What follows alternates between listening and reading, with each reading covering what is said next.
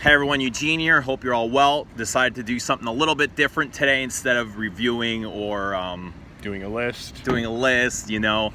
Joined here by my fellow niche snob, Kristo. We're gonna talk about Guerlain and Frederic Malle. And is Frederic Malle the new Guerlain? And if there's anybody I'd want to do this video with, it's you. I know we're both really passionate about Guerlain.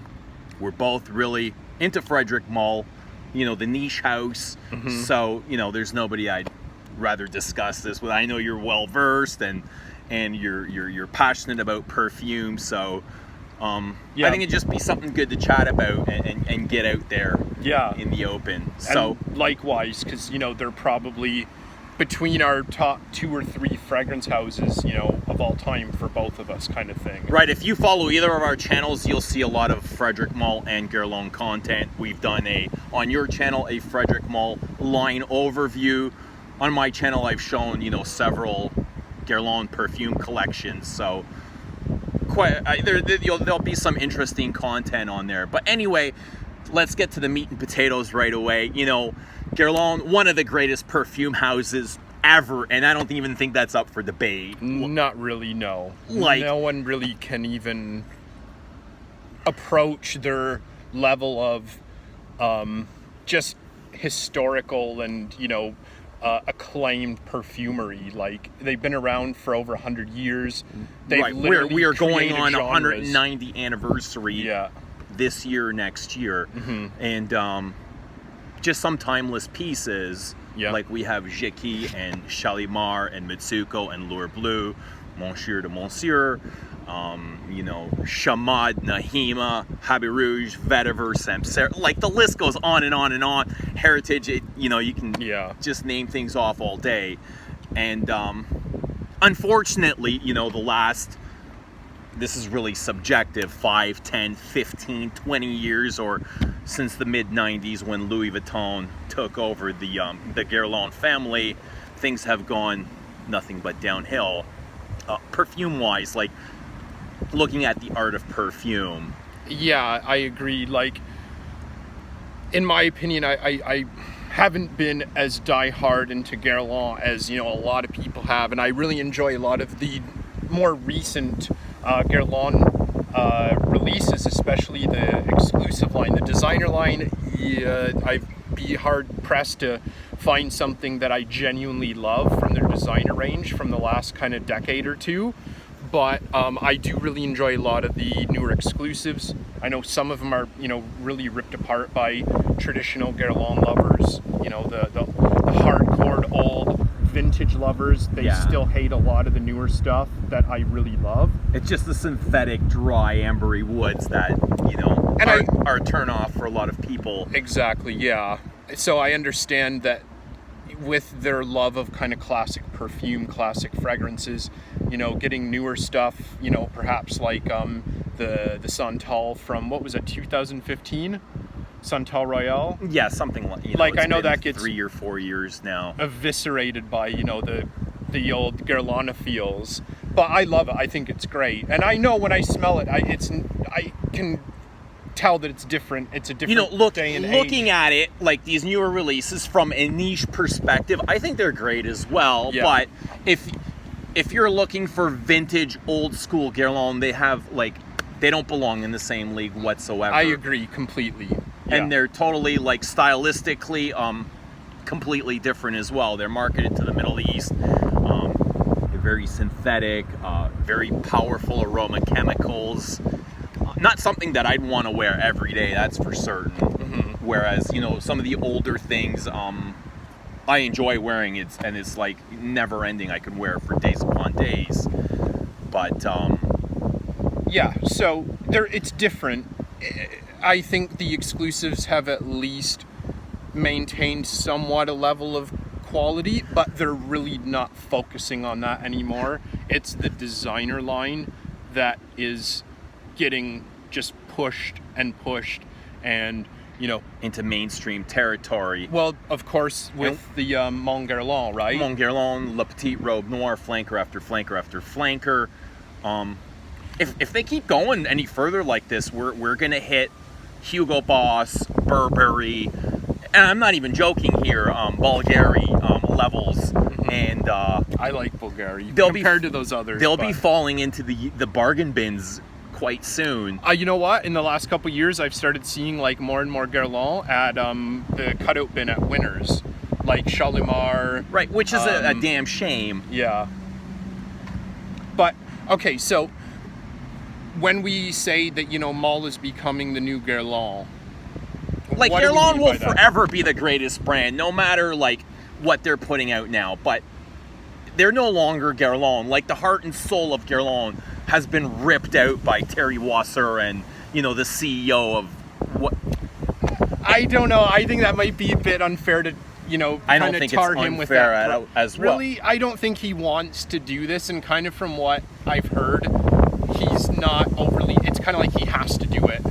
It's like he does, but does he really have to do it? Like, you can still do mainstream and have a level of sophistication, but there's no sophistication in these flankers after flankers after flankers. It's just sweet and cut and paste of the flanker prior to that. I agree, but I think it's the kind of thing like if he wants to keep his job, which I'm sure he does because it's a pretty damn good job, then he probably has to do these things. Like, I don't know what his contract is, but if he refuses to do these things, they'll probably, you know, can you imagine if Guerlain's like, okay, we're looking for a new in-house perfumer. Every perfumer in the world would be lining up to, you know, get that job because it would be so amazing, right? Right, okay, I agree. But Thierry Wasser potentially could be the world's greatest perfumer. Sure. With his resume right now, I wouldn't say that. Because it's just like crap after crap after crap. It's crap. It's literally crap. Right. He can quit his job and go work. He would choose. He Yeah. would pick and choose. Yeah. And be able to, you know, fully work to the potential of his talents. Right? But he decides not to. For whatever reason. I don't know if it's the money or whatever, something's motivating him to stay there and produce, you know, Shalimar flankers and Le Petit Robe Noir flank. It's just like trash, literally, whatever it is. Like, they've released 15, 16 perfumes already this year in 2018. Yeah, and we're like, halfway through, or a little over half. Yeah, I think I've purchased one, and that was the L'Homme Ideal flanker. Right. I've never even worn it yet. Like, it's just so uninspiring. I've sprayed it a couple times on my skin, but I've yet to wear it. Like, yeah, and so it is obviously a recent trend, you know, like in your Scent of the Day video we did a couple hours ago, an hour ago or whatever. It's getting really windy here. You know, you mentioned about Gabrielle Chanel and, you know, just the direction that designer perfume's going in now, and, you know, of course, perfume's always been a business. It's always been an industry. You know, they need to make money, but it seems like with the uprising in perfume, like the popularity that kind of higher end perfume is getting now, it's just making the competition it's making it so competitive that everyone's being forced to make the most boring milquetoast fragrances possible in order to reach a more mass market. So look at just like, you know, maybe a decade ago when, you know, things like Dior Homme and Terre d'Hermès were, you know, kind of like the staples and the, you know, the men's designer range. And then look at kind of what we have now. So I think it's just unfortunate for Guerlain, for, you know, Wasser, that's kind of what's happening at the moment in perfume. And, you know, to kind of break into the comparison with Malle are still pretty much doing what they're doing. They were taken over by is it Estee Lauder? I believe so. They're taken over by Estee Lauder a few years ago, and, you know, there's been some very obvious reformulations, some pricing changes and whatnot. But they have no really control over reformulations, and they are like a niche brand with much higher pricing. Well, okay, so why I mention that is I'm assuming it was, you know, Estee Lauder coming in and saying, hey, look, we can cut cost a little bit here, so let's kind of do this, lose this, change that. I'm guessing. Maybe I'm wrong, but I'm right. But they're still high quality. Yeah, regardless of reformulations, they're still putting out artistically fragrances that they're are not taking trendy. years. They don't follow any trends, which Guerlain used to do, and we're known for. They're timeless pieces. They're using world-class perfumers. And yeah, you know, when you look at the backstories, what was it? Portrait of a Lady? How long did that take to make? I'm not quite sure. Oh, I think it's on the website. I think there's a blurb. You know, there's like the little blurb for each video on the mall site. Right. I think it was Portrait of a Lady, but it took like 12 years for them to make. Okay, that's interesting. Just because it was like, it's like a long time. It was years and years and years. It wasn't like, you know, someone just, you know, okay, let's change these 2 notes out and let's bottle it up. Well, what's great is Frederic Malle is the publisher of the perfume. He's not a perfumer, but he gives the project to the perfumer, and he gives him like unlimited access to any materials and resources. And there's actually, he doesn't give him any kind of cap or he just gives them complete control, freedom to create whatever they please. And then, yeah, that's why they take so long. And, you know, these perfumers who people are essentially going to end up paying $300, $400, $500 for these perfumes, they need to take their time and do a good job and, you know, make sure that everything's flawless, which, you know, is kind of what it sounds like Guerlain used to be. Like, I'm not even going to pretend I was into Guerlain in the 90s before Louis Vuitton took over. But still, a Guerlain, the X-Straight, 30 mil X-Straight costs $300, $400, right? Yeah. So what a mall, maybe a little bit less than what a mall retails for nowadays. True, but then you're kind of crossing into, like, you know, those are all like the vintages that have been around forever, you know, like, you know, when you look at like, I don't know, L'Heure Bleu X-Straight, like, you know, that was made like 100 years ago, and, you know, they probably, probably cost them nothing to produce. Well, and it was probably took like years to like perfect it, and, you know, they were sitting and, you know, altering it just, you know Slightly, what I mean? yeah, like, just to get it perfect. And cheaper. Yeah, but whereas now it's just like, I can't imagine the, like when I picture perfumer in, like, you know, kind of like the 70s or before, when it was much more of an art form, you know, I picture them sitting around with like vials and beakers and tubettes and things like that, and, you know, scales. And then nowadays it's just like, all right, what do we want to do here? It's Let's type it into the put a little bit more vanilla in and take out a little bit of the vetiver, and then we'll send it out, kind of thing. Yeah, sure. Like, there's no point even smelling, because I know exactly, that's what I picture, because it just seems like so processed and just so forced and contrived now. Like, it's more like a blueprint. Like, you kind of just put in the computer what you want, and then it'll spit out. It gives you from a formula, like color by numbers or perfume by numbers, like, you know, like Le Labo do or something like that. Like, there's not really the science. It's more about what equation can we follow to get the most likable fragrance in the world, kind of thing. So the question here is, with the downfall, like, Guerlain is obviously going downhill, following trends, no longer creating timeless pieces. They're actually discontinuing more fragrances than other brands are making. So with the downfall of Guerlain, could Frederic Malle, with time and consistency, be the new Guerlain? I think they could, but it'll take a while. And because they've only been around 20 years. 2000, I think, it was his first release.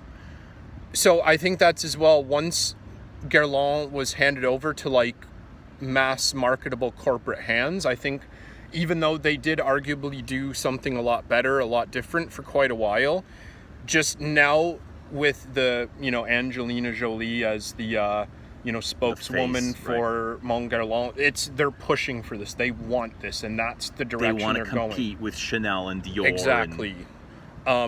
So I think the only thing that can happen, and I'm kind of I've been talking to you about this for a while. I'm still kind of waiting for the perfume bubble to explode, because once that bubble bursts, which I think will be in the next couple years, with prices inflating like every prices year. Just going out of control, mass marketing, they're losing the true perfume lovers like us, and, like, you know, those classic vintage Guerlain feels and stuff. They're going, and they're going to be gone really soon. And just like all fads, they end. Right, yeah. And I'm getting more and more signs that the perfume fad is going to end soon. And I think that will kind of be a year or two after.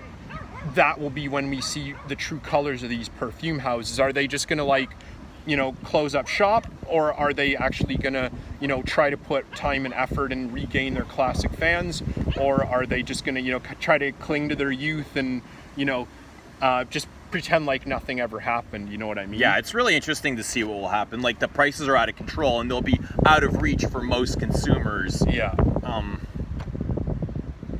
You Yeah. know, like look at, again, talking about trends, you know, think about Trends never last. they never last. Right. And they're kind of, you know, once they hit the fever pitch, which I think is going to be soon, the people who, the trend setters, Right. get sick of those trends and they move on to Like, something Guerlain else. has proved it with their discontinuations. Like, actions speak louder than words. They can say what they like, but the trends they can't stay. Mm-hmm. Whereas the old classics are here forever. They're timeless, you know, they're eternal. They will forever be, you know, original Guerlain.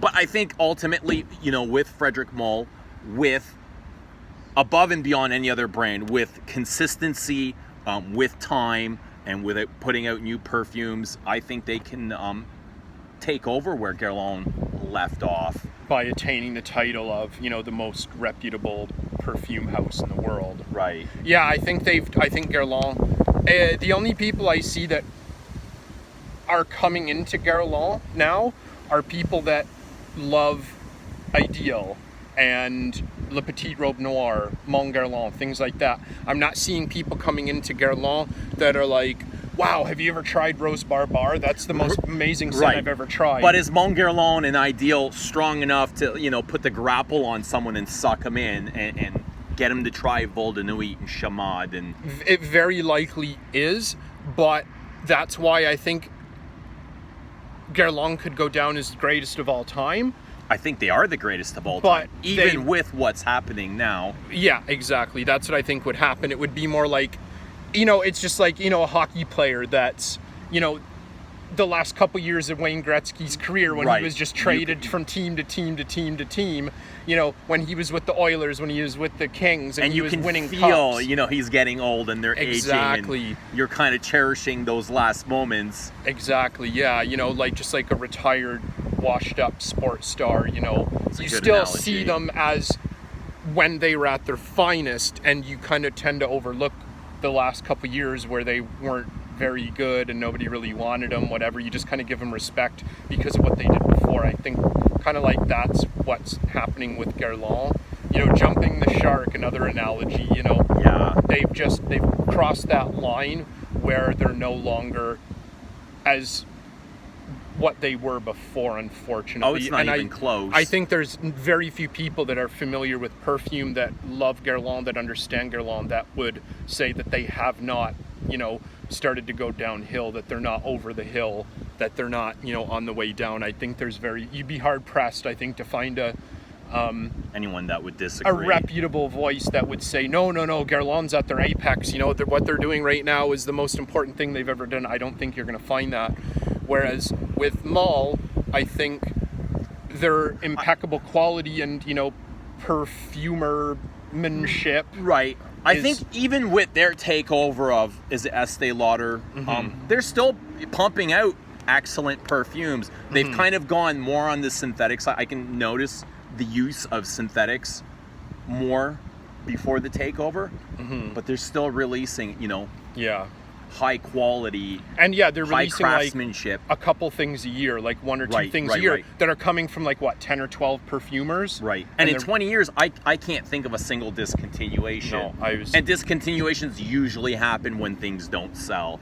Yeah, you know, there's other smaller reasons, but figures are usually that big thing, and which either tells you that Malle is so damn good at figuring out what to release and just like, you know, just flawlessly able to figure out, you know, should we release this one now, or should we release this, or is it time for this, or what should we commission? It's and I think it's obviously really interesting. A lot of time is spent going into his perfumes before release. Well, and I think as well, so when, other than, you know, perhaps die-hard Guerlain fans, when Guerlain released these new flankers, now I know a lot of people were excited about Mon Guerlain, that even though they knew it wasn't going to be amazing, they're excited to see what it was because it was a new step, it was a new direction.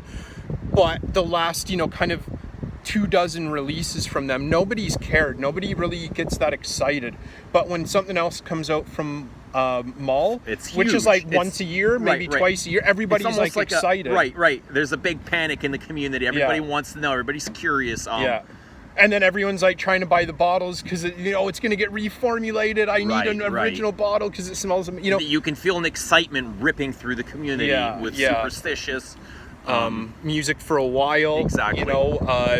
What else? And you kind of had that when Mon Guerlain came out. Yeah. And I'm a big fan of Mon Guerlain. I do like it and I wear it. And but the flanker and now the third flanker second flanker to Mon Guerlain. So 3 of them in.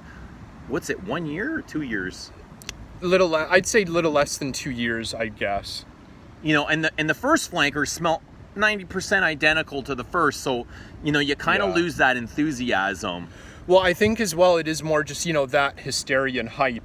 The average perfume lover, and I'd probably not even say like my wife, maybe right when I first met her, but I have kind of gotten her into it a little more. But if you were to give the average perfume lover the 3 Mon Guerlain flankers, they probably wouldn't really be able to smell much difference. You know what I mean? Yeah, I agree. Like someone in Sephora, their target market, who are, let's say millennials that are shopping at Sephora. Teens, yeah. They're not going to be able to spot the difference. They're going to be like, no. Oh, yeah. Whatever's cheaper. Let's take what's cheaper. Yeah. And what's going to last longer and what's going to project more. That's kind of what it comes down to. I've noticed with new people. With the masses. Well, okay, but they're also the ones that just have to have what's new. I've seen so many people in Sephora that are just like, what's the newest thing you've got? Yeah, or what's the most popular? Yeah, exactly. What's the best seller? Yeah. And they kind of even have like the best seller range. Yeah. And of course, the sales associate just tells them whatever is the newest release or whatever they're, kind of getting a higher commission off for that period. They're like, oh yeah, Sauvage, that's our number one seller at the moment, so then people buy it. Yeah, so obviously Guerlain is spending a ton on promotion and marketing, something that Malle has never done, and something that Guerlain has never done pre-Louis Vuitton Moet Hennessy. Mm-hmm. So, that's part of the thing. When you're promoting and marketing, you got to release something that is... Yeah, I know what you mean. Something worth marketing, because you're putting there. I guarantee you, they're spending more money on the marketing for these newer Guerlains than they are on the actual production of the perfume. Right. Like a lot more. Like Angelina Jolie. I bet you she was sales. They need to make a quota. Yeah. Oh yeah. Like they need to get their return. That's the corporate life, which Malle has as well now. But of course, that's what happened when Estee Lauder took them over. I'm sure an influx of money came into the company. Yeah, and now they've got more money to, do what they want, but they're still not advertising. They're not doing flankers of flankers. They're not doing, limited editions and, goofy stuff like that. But what I found interesting about once Malle got taken over is I started to see his perfumes pop up in discount shops, which never happened before. I never noticed that. In online websites. Oh, okay. Online retailers. I've seen them, but they're rarely even discounted. They're usually it's discount price. Whatever it is, price. It's probably $20 less, but the exclusivity is lost once you're in a discount shop or online discounter. Yeah, absolutely. And I think as well, something that will never happen, I hope, is that you're not going to see Malles being sold in Sephora. But Guerlain, you can walk into pretty much any department store in North America probably and find Guerlain perfume, and you always have been able to, and that's something that separates them as well. So Guerlain, you could go into the Bay in any kind of medium-sized city in Canada and pick up a bottle of Heritage or Habit Rouge or exactly. But they still were putting out quality fragrances then, back in the 80s or whatever, when you could go into the Bay and pick up a bottle of Habit Rouge. You could still get it. It was still high quality, but you can get them now, but they're not high quality what they're putting out there. Right. I think we're running out of time here, but just to end things off, even the classic Guerlains that you can get at department stores, Vetiver, Habit Rouge, you know, Samsara, things like that, they're still high quality. Exactly. They're unbeatable at the designer level. Yeah. But, you know, the stuff they're putting out right now doesn't compare. No. But yeah, it doesn't stand up. A lot of designer houses are the same. You know, I know Guerlain's not a designer house, but they have the designer range. Yeah. You know, with maybe the exception of Hermes, maybe Chanel, I think pretty much everyone else has kind of sunk into that level in the designer world. Absolutely. You know, I think Hermes is probably about the only one I can say that hasn't. You know, Gabrielle Chanel and a lot of the flankers Chanel have done recently have not been that great, but Hermes still kind of have that Cartier's title. making still really high quality. There's some stuff I've never really liked from Cartier, but yeah, I you know, it's that whole idea of They've kind of stayed away from market trends. Yeah. But anyway, if you're still watching, let us know what you think. Is Frederic Malle, you know, the potential to take over from Guerlain? Is it another brand? Is it Tom Ford? Is it Kilian, which I highly doubt, you know, Le Labo or whatever niche brand? Let us know in the comments below. Yeah. Let us know what you think about Guerlain. Anyway, thanks for watching. Anything? I think that's, but we could probably go for another half an hour, but we don't have the time. Right. We're going to get rained out. Yeah. Battery's going to die, but yeah. All we'll right, see you everyone. again soon. See you around soon.